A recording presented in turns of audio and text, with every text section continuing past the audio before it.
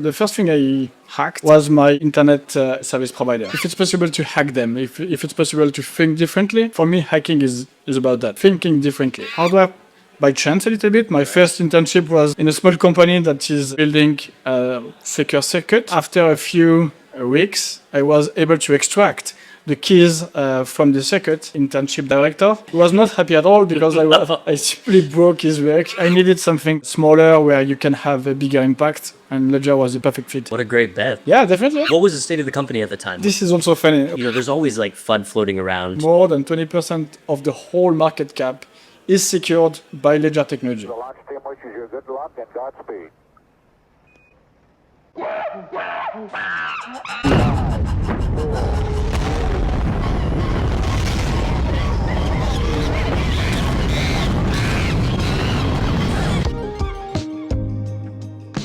Space Monkeys, blasting off in the Web0 block space, sponsored by Polkadot here in Berlin.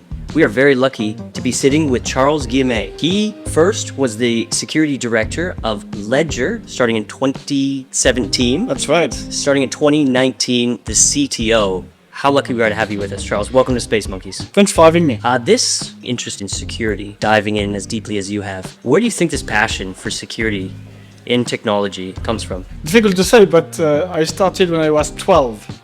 Okay. Had a piano, I was playing piano, Okay. and I decided to sell my piano to buy a computer. Oh, no way. When I got a computer, first thing I did was to try to understand how these things work, and if it's possible to hack them, if it's possible to think differently, because for me hacking is about that. It's about thinking differently. Sure.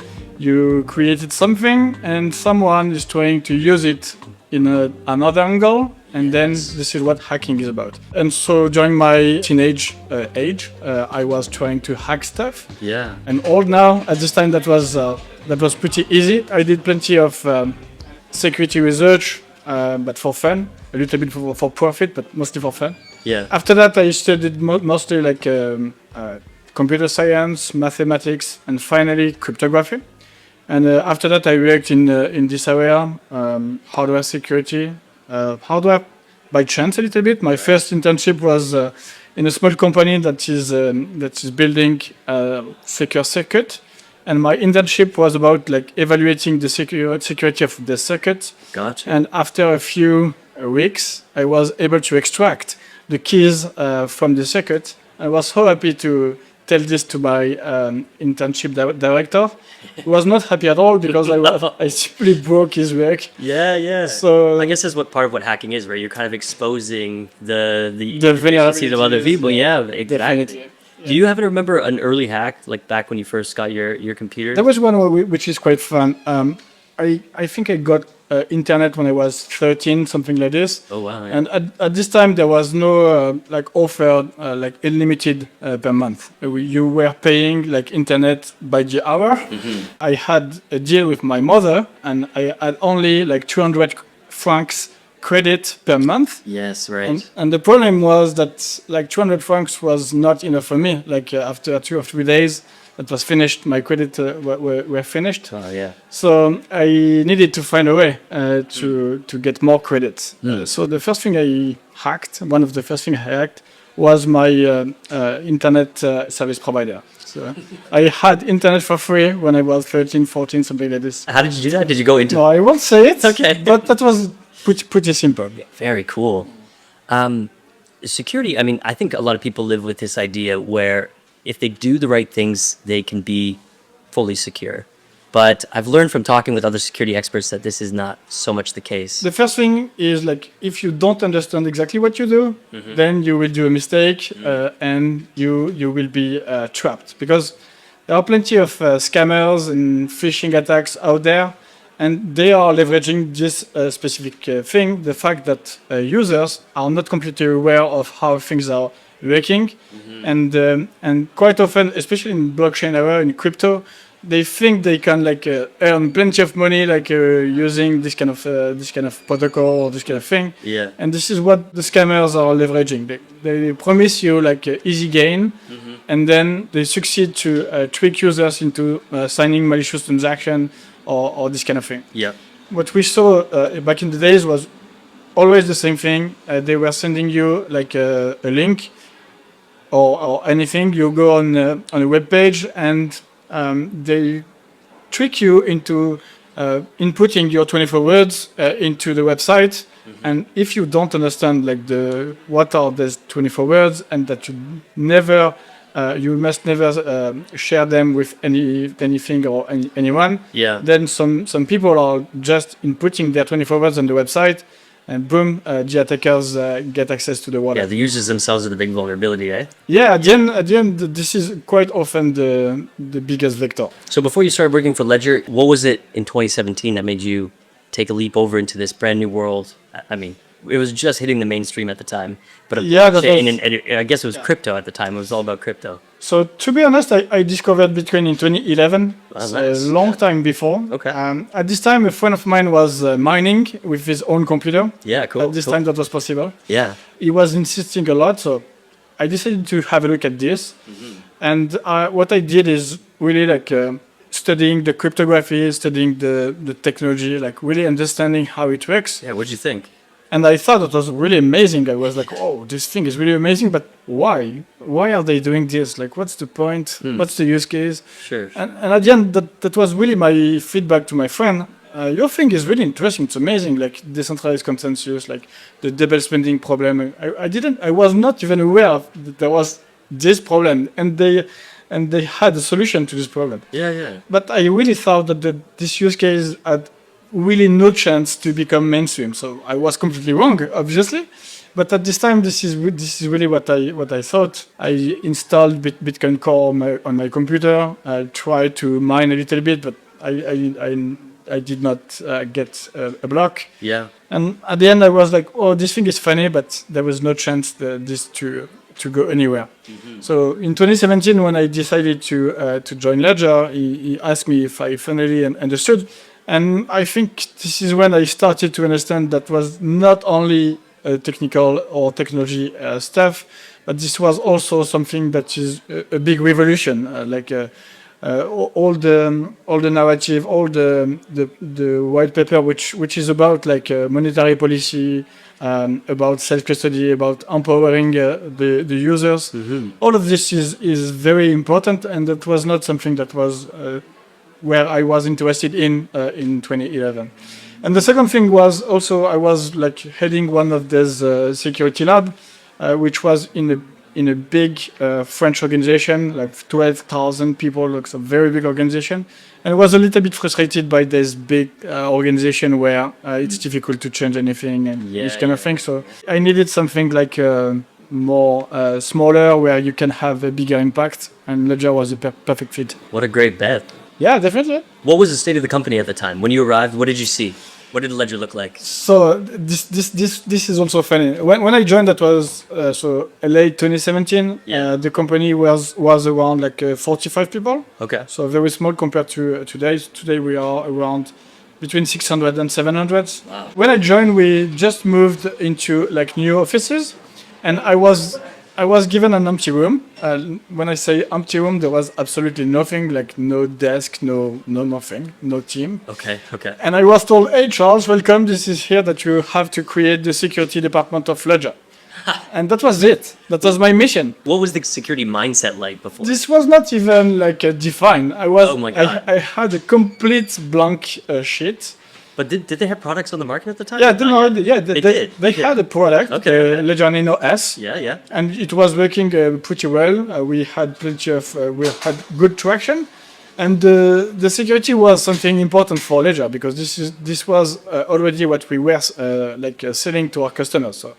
So I understood what I needed to do, but I really had like a completely blank sheet of paper. Wow. And I could write my own story. So at the beginning it was a little bit like weird, very challenging. Yeah. But very very big opportunity. You have the blank page, quite good budget, and you can build anything. And so this is when I started to build what we call today the Donjon. And the Donjon is our internal security research team. Donjon is DONJON. DONJON, yes. Yes. What is this? This is our internal security research team, and their main mission is really to try to improve the security of our product. And in order to do so, what they do day to day is to try to break them. So day to day, they try to break into our product. Because when you do security, there are two things that are important. On one side, when you are designing your product, you need to think about security like in every single angle, and you need to do like security by design with different layers, having in mind what happens if this specific layer is broken. Do I have a safe net underneath, and this kind of thing. So this is really like designing security by design. But there is another thing which is for me even more important. You need to try to attack it, and this is when things become interesting. How often are they able to break it? It's like security is not binary. There is no like. I see. Yeah, they don't. It's they like don't, I wiggled in a little bit here. exactly. And I'll patch. They find something little here, something little there. Yeah. Plenty of vulnerabilities, and they are. But maybe you could like implement this specific countermeasure. So Sure. if ever someone is able to have like an arbitrary code execution inside the secure element, you will be able to catch it. So this is really the kind of discussion you have between the Donjon and the engineers that are building the product. So this is really what they do. They do that for the Hydra product. They do that for our enterprise product, which is a little bit less popular, but very important for the company. They do that also for our infrastructure, for our backend, for Ledger Live, even if the constraints are really like lower. At the end, like your crypto are secure, even if your Ledger Live is compromised. This is really the threat model. Sure. And also what they do is a lot of security research in hardware security, software security, in cryptography, and also in more and more in security of the blockchain protocol. This is something they are looking at closely. And doing this security research, they quite often find vulnerabilities on different products in the ecosystem. And when they do, what they do is contacting the provider, like if it's a hardware wallet, they contact the manufacturer and they are disclosing the vulnerability to them. This is what we call like responsible disclosure. Meaning they send them the secure email explaining what they found, and then they agreed with the team on a period of time. Most often it's like 3 months, during which like the manufacturer will try to patch the vulnerability, and after that 3 months, then this is what we call the responsible, like coordinated disclosure, meaning that the Donjon and the manufacturer will publish the vulnerabilities that they found, so that anyone in the ecosystem can learn from this experience. Because the idea is always to raise the bar for security, and sharing those findings is something that is really important for the ecosystem. When you're saying manufacturer there, were you referring to the manufacturers of the Ledger devices? I was talking about when they found a vulnerability on another device from another manufacturer. From another company. Oh, Yes, I see. Interesting. Okay, so you're also testing that, I see. Yeah, definitely. Wow. Do you ever get disclosures from outside about Ledger? We also have the bounty program. Yeah. And bounty program consists in incentivizing like any security researcher in the world into finding vulnerabilities on our product. Mm-hmm. And the Donjon is managing the program. Yeah. And sometimes we receive like mails every day. But sometimes there is something interesting. They really found a vulnerability. And we do exactly the same. We agree with the security researcher on a period of time that is necessary to patch the vulnerability. Yeah. So at worst, it's 3 months. Quite often, we try to do it shorter. At the end of when we fixed the vulnerability, we give a bounty to the researcher. Like a bounty meaning like we give them some Bitcoin. Not full Bitcoin now. In the past, we offered full Bitcoin, but now it's smaller than a full Bitcoin, obviously. And it really depends on the vulnerability and also how the researcher collaborated with the team. So this is really how we define like the price of the bounty. And after that, we pay the security researcher, and then we publish on our website what was the vulnerability and how we fixed it.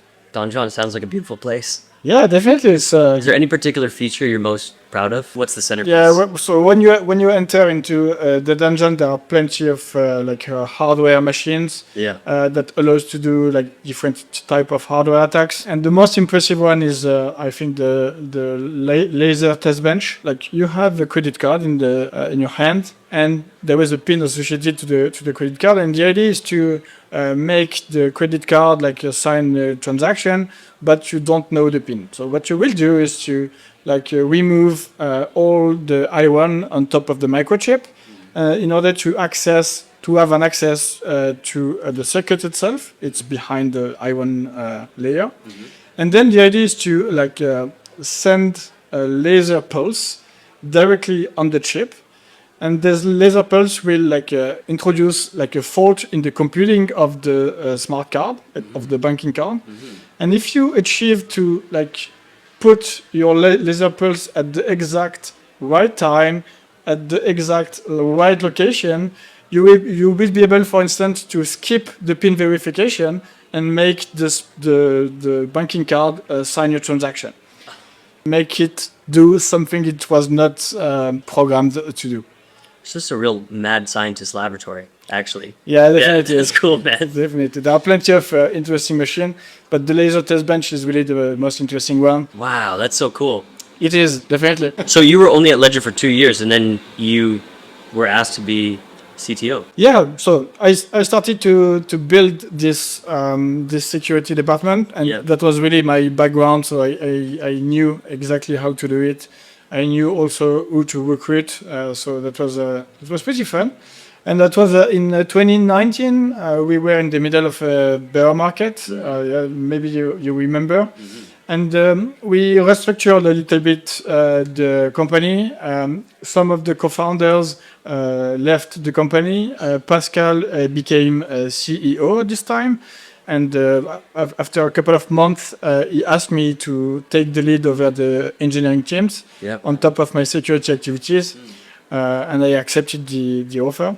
To be honest, at first, that was not obvious for me. I was like, are you sure? I really like what I do with the dungeon. Yeah.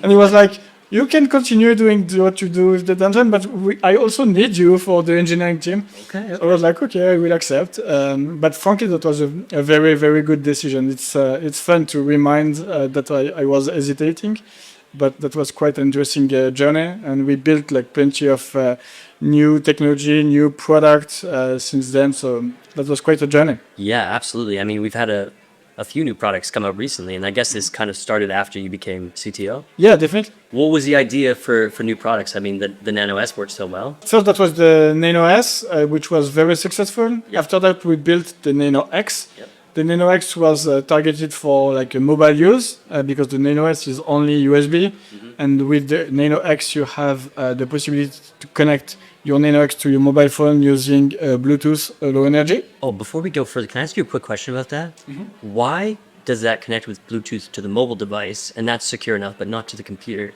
This is not a matter of security. Okay, well, what is that? Yeah. You could connect it to the Bluetooth of your computer. Yeah. The thing is, like, Bluetooth implementation on computers are not reliable at all.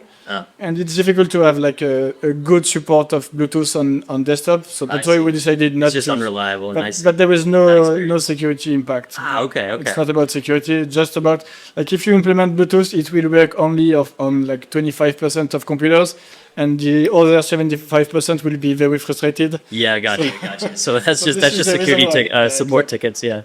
Okay. The other cool thing about the X though was you could fit more apps. And because all these chains were coming online, exactly, right? So you need more apps too. So, and one of the good decisions we did at the very beginning of Ledger was to create like an open platform. Yeah. Meaning that we have an operating system, and then you can load like the different apps, and we also like open the platform so that anyone in the ecosystem can build his own application. Mm-hmm. For instance, we recently integrated Sui or maybe Solana back in the days, and we didn't even like implement the support of Sui or Solana. The foundation did it. Yeah, like, right. We created the open platform so that, and the Solana Foundation knows very well how their blockchain is working. Yeah. So they simply like implemented the support of Solana as an application for our device. And in the process, we are doing like a security review and making sure that the implementation is okay and there is no security vulnerability. And when all of this is okay, then we are signing the application and it appears automatically in the manager in Ledger Live, and this is how it works. And now we have like I think around like 200 applications. Yeah. And most of them have been written by foundation or third parties. You know who we've had on the podcast before is Zondex. Oh, you know Zondex? Yeah.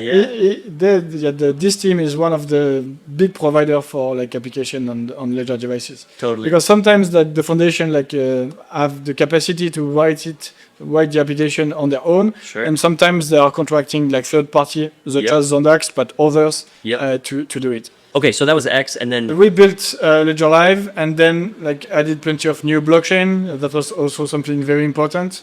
And in terms of new hardware product, after that we built the Nano S Plus, because the Nano S was really too limited in terms of memory, in terms of I think the most limiting part was the RAM.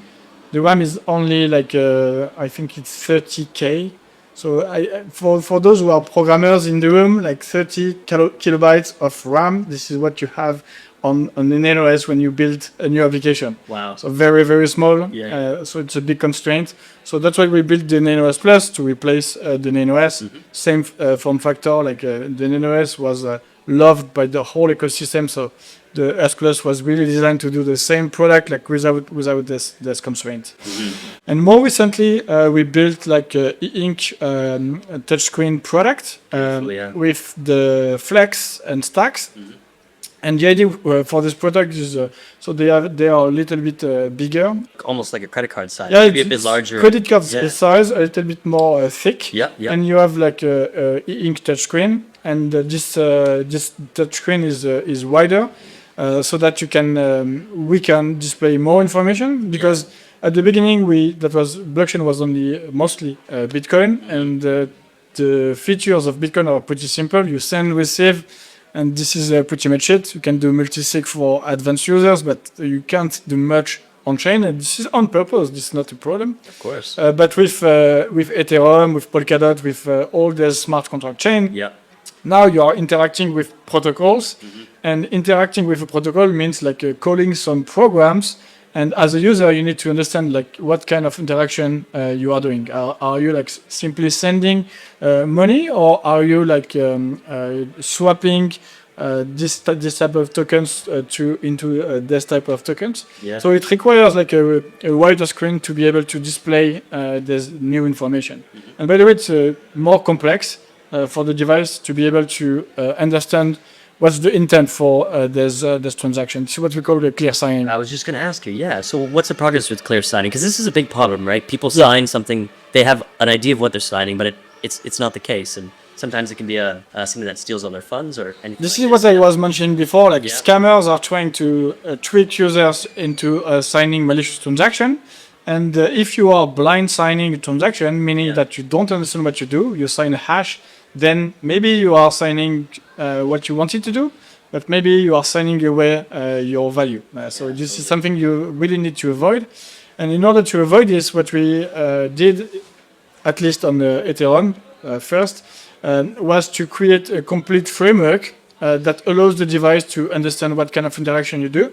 And this framework is completely open source. It's public good for the whole ecosystem, for every single world, because blind signing is not a problem only for Ledger users. It's a problem for the whole ecosystem.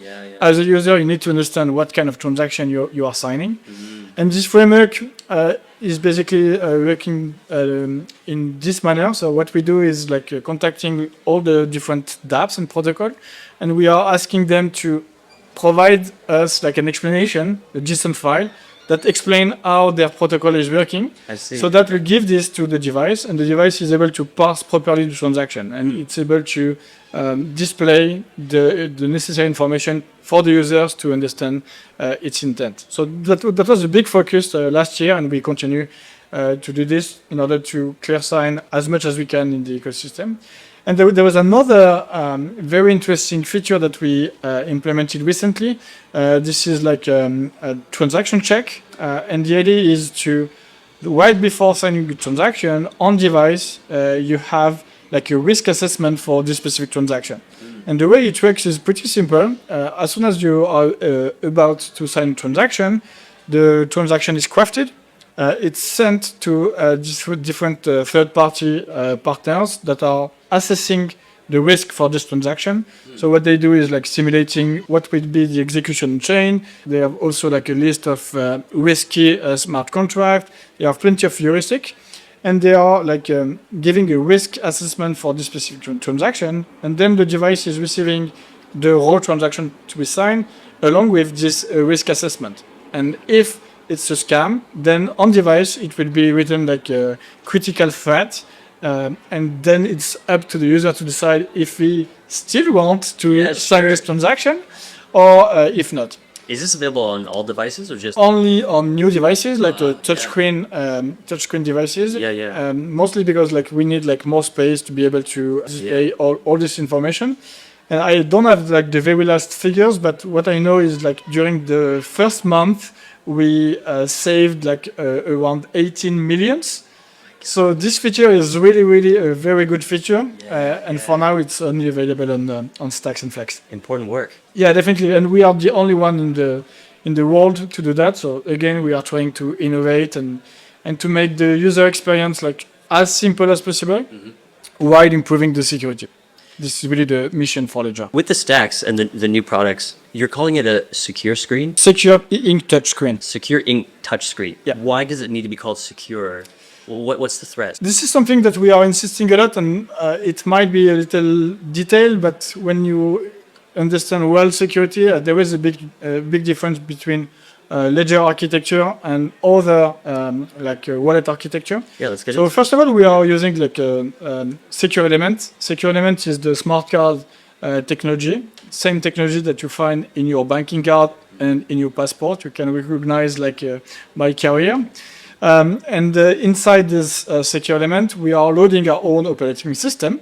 And the operating system is basically a big cryptographic toolbox that isolates your secret from the application. Application are doing like a system call to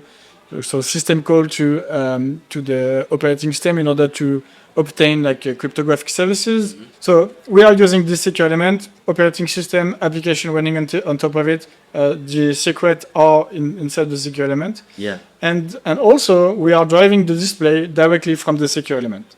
So that means that you have the full chain because you need the three properties. You need like your secret to be generated inside this enclave, so the secure element.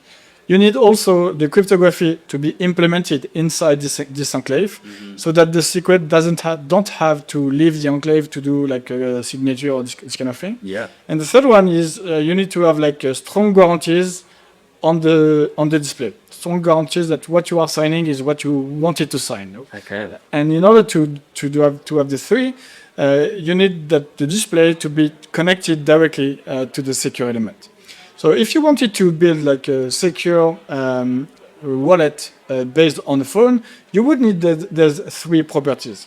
Inside like recent phones, you have like secure elements. This is what we call the strong box for Android, and there is like an integrated secure element on iOS. I don't remember the name of the technology, but this is the secure. There was an integrated secure element. But if you wanted to build like a secure wallet on a phone, you will have like two challenges. The first one is like it's not allowed by Android or iOS to load your own code inside the secure element. So that means that you could put a secret in the secure element, but as soon as you need to sign a Bitcoin transaction, then the secret would need to go out of the secure element in order to sign a transaction. So it defeats the purpose of the secure element if your secret have to leave the enclave. But let's say like Ledger would be able to load his own operating system inside the secure element, so that the secret stay inside and the cryptography is implemented inside. You still have another problem, which is the secure display. You are about to sign a transaction. You think you are sending 0.1 Bitcoin to my specific address.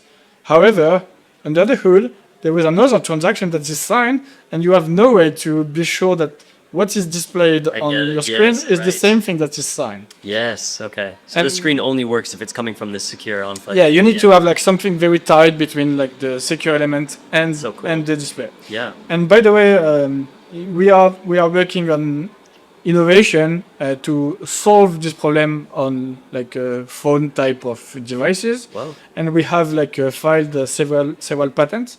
I'm not announcing anything. I'm just saying that we are doing like a research, and in the future we have the technology that would enable to have like ledger grade type of security on a phone. How has the reception of these new products been? Very, very good. Anyone that have used like a Ledger Flex or Ledger Stax is really like amazed. It's a beautiful. great product. Yeah. It's a beautiful product. Yeah. And also like the user experience is far better because you have a wider screen. Also it's a touch screen. And there's new features that I mentioned are like really better when it comes to security. When you are interacting with Uniswap, on your device, it's written that you are swapping like this amount of token into this amount of token, and the fee is this one.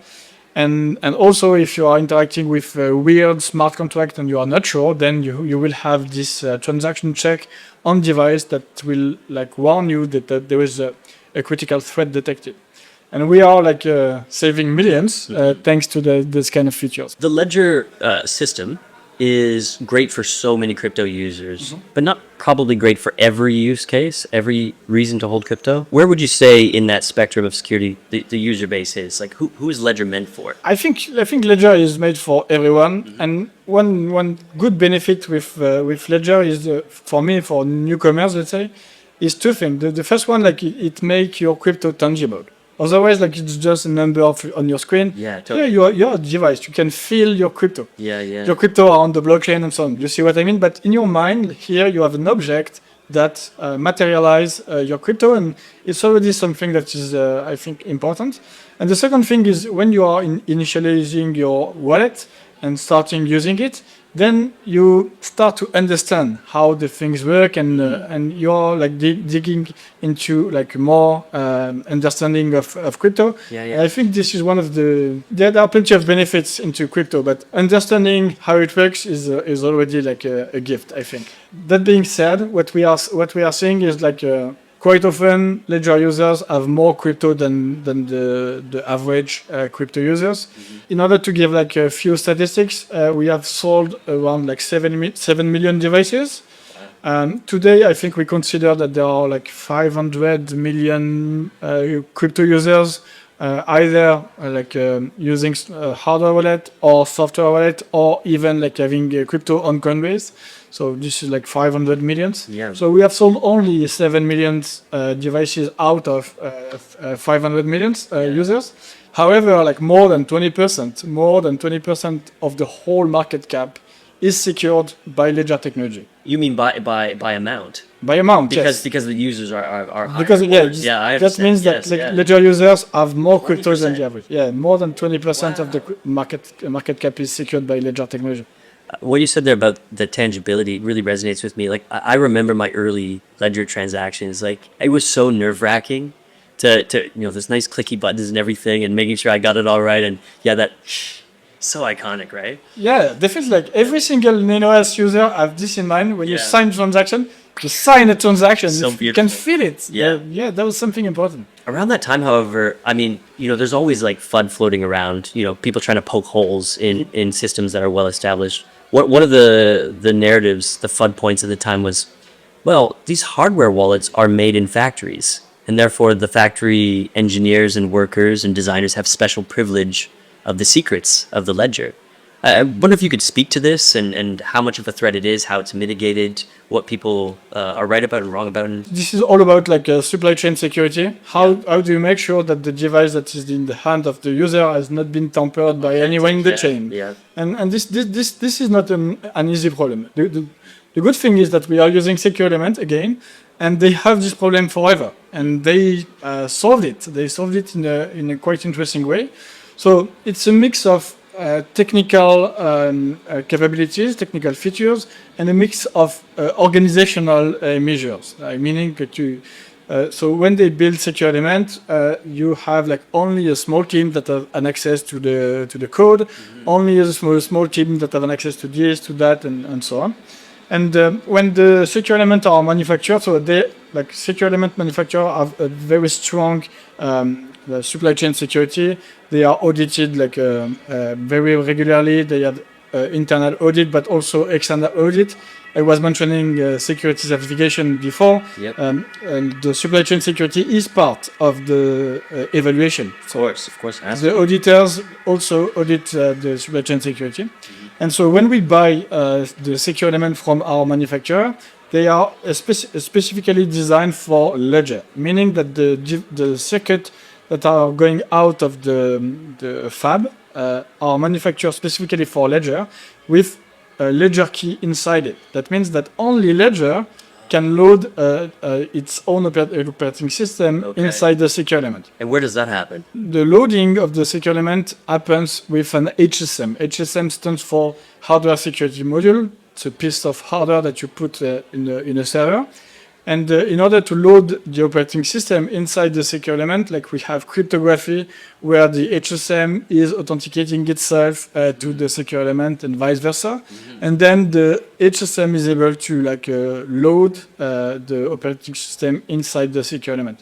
But that means that even the people that are working in the plant, they can't see anything because everything is authenticated and encrypted. So even if they wanted to put a backdoor, they don't have the keys allowing to load the operating system. They can't do anything with the HSM. It's a secure server, and so on. So in the chain, like in the supply chain, it's a mix of plenty of technical measure. So you have like a cryptographic measure and this kind of security measure, and also like a mix of who can access to what and when and this kind of thing.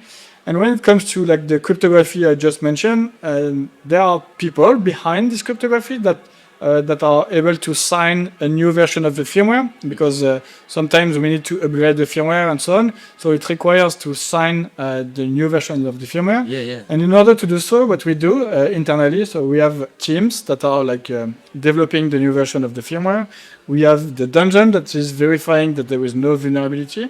And as soon as we want to do an upgrade of the firmware, we have a quorum inside Ledger that will verify the new version of the firmware, and that will co-sign this firmware upgrade. Also, we are using like third-party evaluation lab so that like at every single new version of the firmware, they are verifying that we don't insert a backdoor or this kind of thing. But how about geopolitical pressures? I mean, you're dealing with providing devices to people who may have obtained value illegally, or there may be certain reasons why a nation would want to have access to these secrets. We just saw recently, even I think it was France who put pressure on Telegram, right? And I think X gets pressure all the time, and Apple had the pressure from the UK. How do you deal with this as kind of like a smaller, by comparison, company at Ledger? Yeah, it's a very good question, and this is something we have thought about a long time ago. Sure. And the only answer to that is that we have no technical way to do what you want us to do. Okay. You want the secrets, we don't have them. We don't have the secrets. Oh, I see. We don't have the secret. It's the same with like WhatsApp, for instance, Telegram. The problem with Telegram is that they have all the conversation of all the users of Telegram on their server. So they can. At the end, they just have to decrypt what they have on their server and provide it to the government. Sure. Signal can't do that. So government don't ask anything to Signal because they know that the Signal can't do that. Security by design. Yeah, security by design. Yeah, and this is exactly the same for us. And we did this for government, but we did this also for our own security. I simply can't. Yeah, right. Right. You are now responsible for 7 million people's experience with crypto, which could last decades into the future. Yep. We are getting closer every day to a cryptographic shit show. This is quantum compute. We just released an episode on our publication, the Kus, about quantum compute, how it's going to change things for Bitcoin, the pain that Bitcoins have to go through to even have a chance here. How are you thinking about this at Ledger? Are we screwed, or is there a way forward, and how are we going to get there with Ledger? So first of all, we are not screwed. Okay. I will start with that. I'm not sure we will know a cryptography shit show in short term, but even in the midterm. Okay, nice. I don't have a crystal ball. Yeah. Don't take my word for truth. Sure. No one knows. No one knows. Yeah. Except if someone has secretly quantum computers, but I don't think it's the case. No one knows. One day we will be able to create quantum computers that are large enough to break cryptography. So this is what we are talking about. The thing is, we are not there yet at all. Like today, we are able to create quantum computers that are stable with around like 100 qubits in the order of. Mm-hmm. And you need like several millions of qubits to break like current cryptography. Okay. Going from 100 to 200 qubits, it's not twice more difficult. It's exponentially more difficult. Okay. This is something you need to have in mind. Very good. Okay. Adding 1 qubit is twice difficult. Uh-huh. Adding 100 qubits is far more difficult. Understood. It doesn't mean that the research, like the quantum research physicists, won't find a way. We don't know. But for now, we are very far away. So this is the first thing we can say. Or the AI quantum researchers, right? Mm-hmm. Yeah, definitely. The second thing we can say is, the good news is like we already know like algorithms that are immune to quantum computers. This is what we call post-quantum cryptography. It means that even if today we had like these very powerful quantum computers, we know cryptographic algorithm that these quantum computers can't break, ever. So this is very good news. So the only thing is that today we don't implement them because the industry is doing a trade-off, not implementing them now because the industry think the risk is quite low compared to the cost of moving towards post-quantum cryptography. Yeah. Because we know post-quantum cryptography for decades. Sure. We could have moved already. Sure. But there are a few trade-offs to have in mind. Post-quantum crypto is a little bit bigger in terms of keys, in terms of required computation. Nothing that we can't do, but it's a little bit more costly. And the industry took this trade-off, not moving towards like PQC before, because the industry think the risk is low. The third thing is now the NIST. NIST is the National Institute of Standard and Technology in the US. And basically, this is the organization that standardizes cryptography. And the NIST recently changed its recommendation towards post-quantum crypto. And now they are saying by 2035, all the asymmetric cryptography must have moved to post-quantum crypto. And this is what is changing things, because now it's only in 10 years, and it's long to move the industry. So now we are going to see like a move towards post-quantum crypto, just because the NIST is saying that now we need to move, because they are assessing, I think they are assessing that the risk start to be bigger, and they don't want to continue taking the risk. Sure. Because maybe the enemy of the United States might have quantum computers before them. I think this is what they must have in mind. We don't know. Mm-hmm. And now the question is like how we will do it. It's not that simple because you need to change the standard and you need to change everything, every single implementation. It's not that complex, but there is a big coordination thing to be done. And the question is like, what kind of post-quantum crypto algorithm will we implement? Mm-hmm. That's not clear. The NIST is standardizing several of them. So now you have to choose which one is the most suitable for my application. But I'm not that concerned. Okay. The anti-alarm mistake. Yeah, no, definitely. But again, journalists are very good at saying like this is the end of the world and everything. Sure. Because it's simpler. It's easier to get a click on websites. Yeah. We all know that. But at the end, like things are a little bit more complex and more nuanced, and this is what I want to say. Also, like to give you a little bit of flavor around this, we are working on the next generation devices for Ledger, and they will be like quantum ready. So we don't know yet Okay. what Bitcoin or Ethereum will implement as a post-quantum crypto signature algorithm, but we are we are going to use new chips that will be compatible with the feature of post-quantum crypto in blockchain. Great. Okay, let's talk about the future devices here. So one element is making them quantum ready, and this requires a new chip. Yep.